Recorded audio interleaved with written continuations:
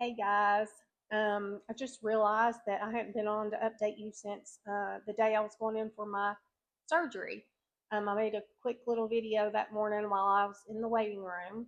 So I just wanted to hop on here and let you know how that went. And it was surgery, excuse me. And I'm a little over a year from my mastectomy, a little under a year from my last radiation treatment. So that's why I waited so long to go back in and have this done. Was letting the skin heal up from radiation before we did any other surgery. The surgery went well. I think it lasted about an hour. There was no complications. I came home right after that, right after I woke up. Um, and I didn't have to take any pain meds. I think I took Tylenol that evening, and that was just more because I was a little bit uncomfortable. Where the doctor had to make a new incision, and he made that like under my boob, so the surgical bra was rubbing up against that, and it was just a little uncomfortable, but no pain. So I guess that's a good thing about not having any feeling left in your boobs at all. There was no pain. So that was good. And I'm healing up nicely. I have another appointment in 2 weeks. And if everything still looks good, then all restrictions will be lifted.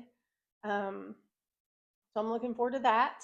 Uh, but other than that, I got really sick, like with some stupid summer cold after the surgery. It seems like every time I go in the hospital, have a surgery, I come out and I'm sick with something else.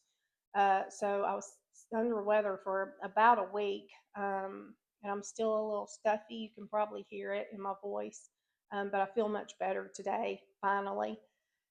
So yeah, I thought I'd just hop on here.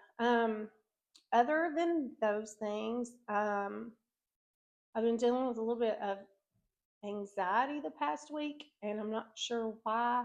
Um, I was diagnosed with PTSD probably 10 years ago um, from horrible domestic violence situation that I was in, and that's a conversation for another time. We'll talk about that later. Excuse me. Um, but I think sometimes you get so busy worrying about other things and your mind is so busy that the anxiety kind of goes away for a little bit. And then when you're calm and everything has calmed down and your brain isn't running 100 miles an hour, that's when the anxiety seems to kick back in. And I think that's what happened this past week. Um, I was at home. My daughter has gone to Florida with her big sister, so everything was just quiet. Didn't have anything to do, and I think that's when the anxiety really kind of kicked in. Um, and I'm not sure exactly what it's from. A lot of times I don't know what causes it, what sets it off, but it happens, and it's horrible when it happens, but it happens. And I just try to talk myself through it. But that being said,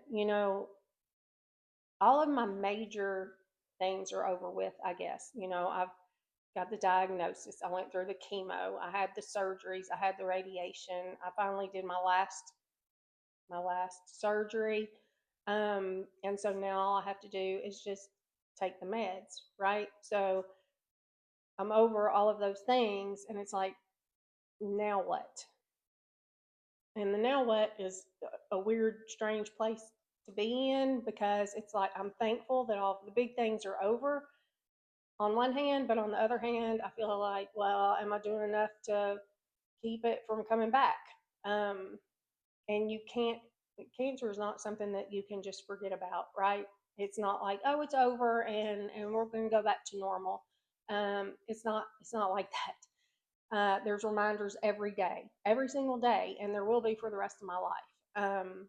I have to take one medicine for the next 3 years, and there's side effects to that. It's the low uh, white blood cells and the immune system. It affects my immune system. My hair's falling out again. It's getting thin. I'm tired a lot. Um, there's just a lot of side effects. And then there's the other medicine that I'm going to have to take every day for 10 years. So there's a reminder every single morning when I get up, I have to take these medications. And that medication, you know, it can be making my hair thin as well. I'm not sure which medication's doing it or if it's both medications doing it. Um, Also can cause fatigue. It can cause bone, joint pain, and it does. So it's like when I get up in the morning, I feel like I'm 100 years old. Uh, and thankfully, it goes away once I get up and I'm moving around. But first thing in the morning, there's my reminder, if not that, every time I look in the mirror, I don't have my long hair that I've always had my whole entire life. I don't, I have scars that I see every time I look at myself in the mirror. There's just a lot. I feel like I've aged. I feel like the chemo aged me a lot. Um, People tell me that it didn't, but when I look in the mirror, I can see a lot of changes. And I don't know if they're saying that to be nice or if they mean it, but I see a lot of changes in my skin.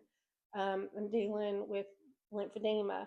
So, that's something I have to deal with every day. And it's a lot. It's a lot. And people ask me how I'm doing. And I say, oh, I'm doing great. And for the most part, I am doing great. Um, but it's a lot that I still have to deal with. My light just went out. I think it died. Sorry. Sorry, you're gonna have to look at me in the dark. Um, but anyway, there's a lot that goes along with having cancer that people don't think about. And they just think, it's over, you're better, and everything goes back to the way it was. And that's just not the case. You think about what you eat, you think about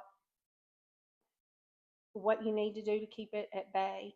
And I know that I'm not doing good enough. I know that I need to be exercising every single day, and I'm not. I'm not doing it. I know I need to, and I know that once I get in the habit of doing that, it'll be a lot easier. And I know that I'll feel better once I start doing it. I just have to do it. I'm not perfect, and so there's that. There's that. Um, but then if you don't do it, you feel guilty because you're like, what if it comes back? Is it going to be my fault? Did I do enough? Did I do too much? Um, it's just a lot. It's a lot of questions that you deal with every single day. So if you're going through this, know that that's normal and it's okay. And if you love somebody going through this, know that it's normal and that it's okay. And be gentle with the person that you love.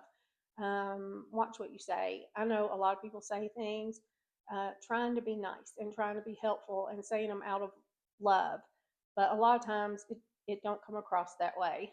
You know, a lot of people saying, "Oh, be strong, stay strong." Well, what do you think I'm doing? I'm trying to stay strong. I'm still here, right? I mean, um, and sometimes it just really rubs you the wrong way. I think that's probably one of the biggest things. That and the trying to tell you what you should eat or what you shouldn't eat and all of that. I know all those things. I know. And again, I know you're trying to be helpful and I know you're saying it out of love, but a lot of times it comes across the wrong way because, yeah, I went through this and yes, I want to live a long time, but also I want to have some dessert. I want the rest of my life, I want to enjoy it as well. So just be mindful of what you say and the way that you say things. And if you're going through it, just be kind to yourself, okay? Be kind to yourself. And it's nothing that you did, okay, that caused this. Um, so I guess my 10 minutes is almost up. So I'm going to go on and cut this video here, and I'll be back soon. I still got lots to talk about. So I hope everybody's doing well, and we'll see you soon. Bye.